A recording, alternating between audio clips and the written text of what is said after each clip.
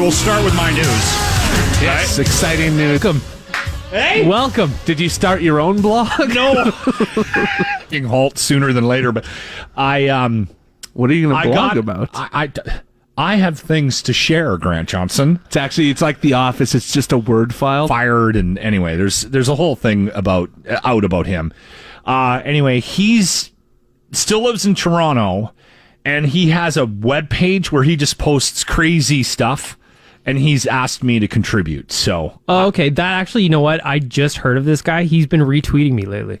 Oh yeah, you know what? Yeah, I'm looking at his Twitter right now. It says our newest blogger, Lochlin Cross. I think because it's got to go through some review process or something. I didn't think they would post it, but minutes later, it ended up out. So out there. Anyway, well, welcome to the fraternity. There you go. the wonderful world of blogging. Before we get into the Oilers' win last night, which was impressive, we do need to find out where to buy weed. And apparently Grant, because he was just sharing with Baggedmilk, is the guy to talk to about where you can actually and see what they have to offer. And yeah. I think the old Dairy Queen on White Ave is a dispensary. It's no longer from a guy named Kyle that you met behind the Safeway. He might work there.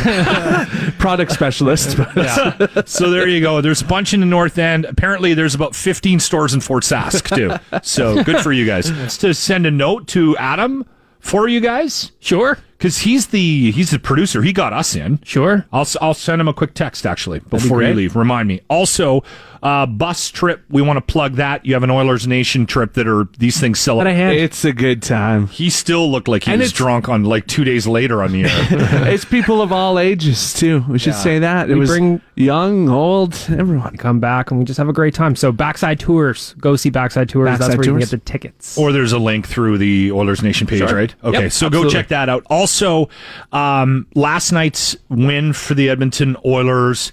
Is this one of those moments where we would look back if they do go on a bit of a tear here and we go... One of these, and then Connor's just like, all aboard, boys, jump on my back, I've got this. Let's do this. It was an incredible win. They should be very proud of it. And they really had...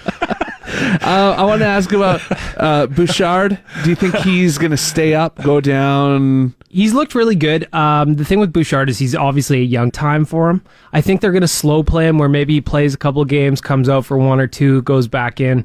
The thing is, he can't only go back to junior. NHL where he's he's learning the ropes, or he goes back to junior where he's just too good. So it'll be interesting to see. Is he eligible for World Juniors? You can go to the World Juniors. I was living in Saskatoon that year that Braden Shen should have been in the NHL, but he was playing for the Blades, and it was just like he wasn't getting any better in junior hockey.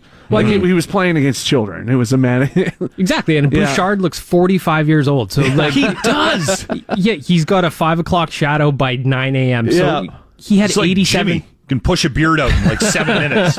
He had 87 points in junior last year. So what is he really going to learn down there? Yeah. So it'll be interesting to see how they actually handle him going forward. If they do, too, maybe we'll see some more Ethan Bear, too. So. First place tonight, the Making Coco, the Grand Fear story. There are still tickets available for that. You can still get in the building. Very few, and it's a charity thing. And you might want to...